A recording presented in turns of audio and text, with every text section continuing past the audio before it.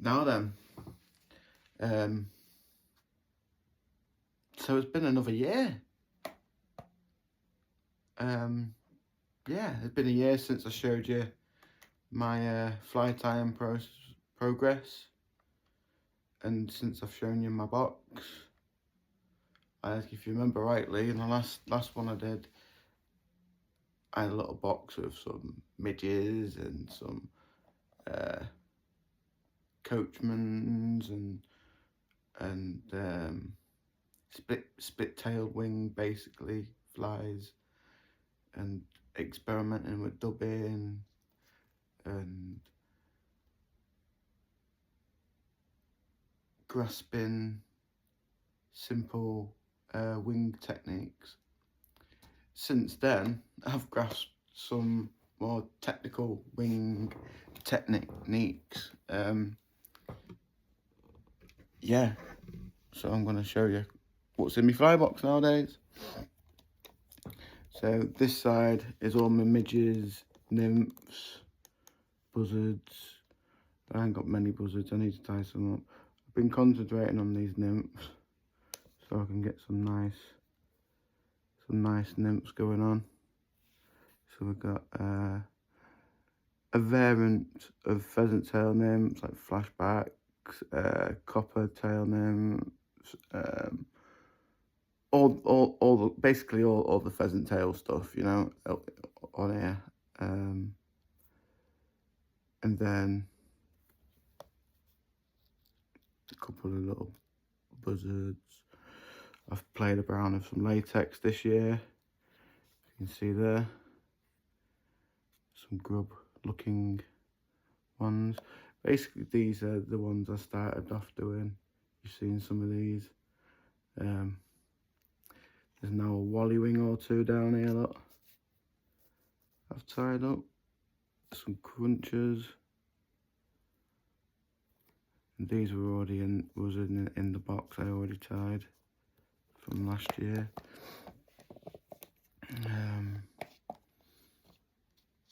So this is the some of the bits you'll recognise from the last video. Some of the like bees, wasps, hornet sort of flies, some different bits and bobs. A lot of them you've already seen. I think you've seen pretty much that whole side there. You've seen. So I'll move on to the next side where I've experimented with some foams, some parachute Adams. We've got some nicely tied daddy long legs there without the wally wing. We just got a hackle, like a silver hackle. There we go. Now you can see.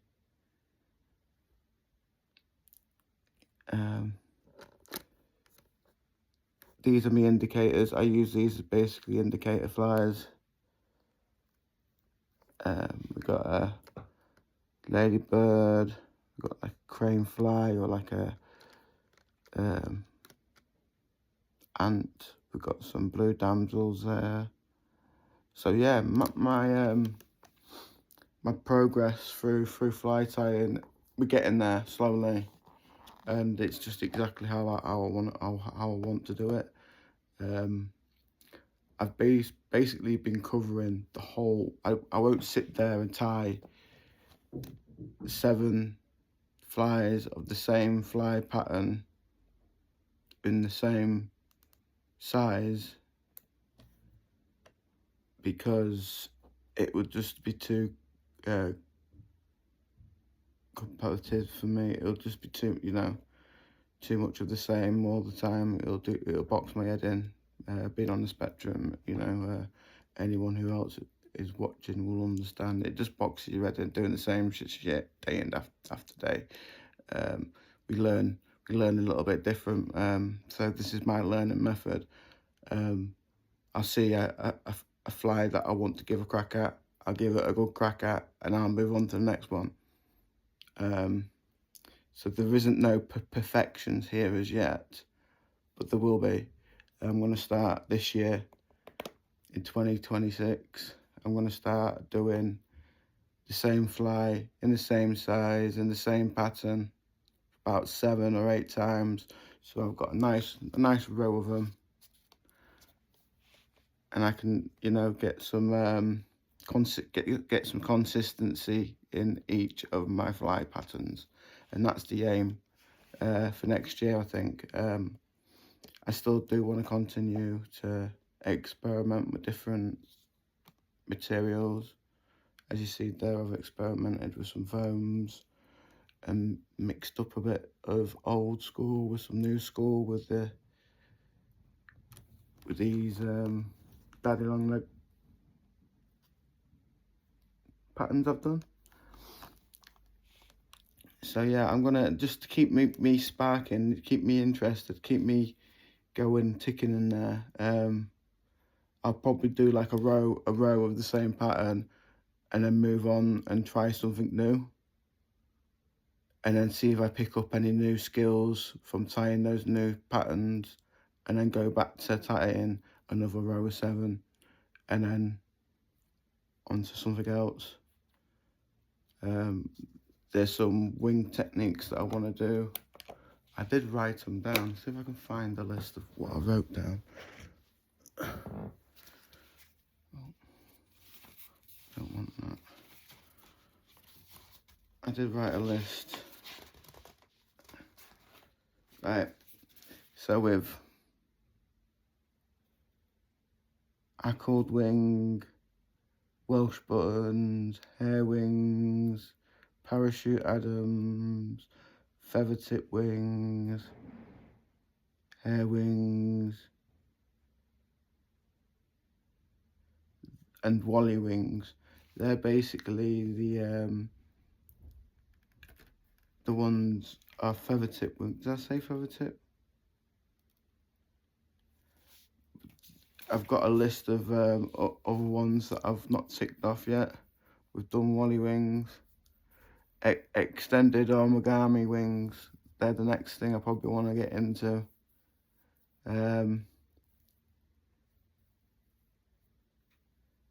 Turnwise slip, looped wing, Project Syndica, and CDC. Cause I've not experimented with CDC yet, which is a bit strange, a bit off it a little bit, but I don't know why. I've probably got something to, yeah.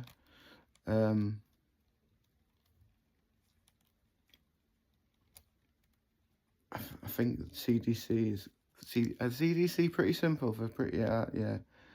I've been like getting my head into things that are trying to keep me interested in fly tying. Yeah, V-wing, slip wing, quill wing I've done. I've not done double wing, I've not done bubble wing. Double and bubble wing I've not done. Bopper wings I've not done. Or they hopper wings. I think I need to look into that because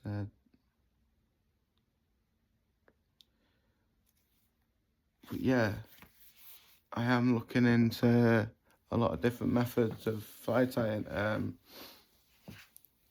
I've looked into some of those UV stuff and taped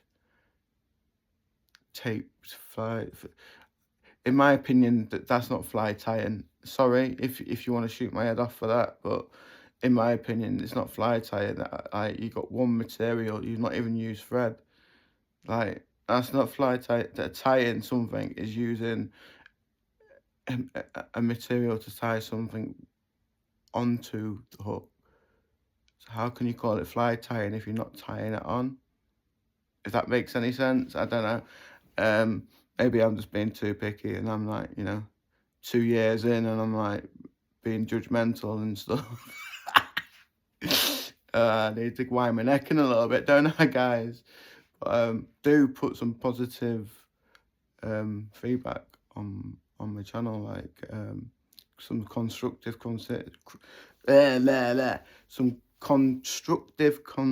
criticism is exactly what I need through here at the minute. Just to see where I'm at, basically.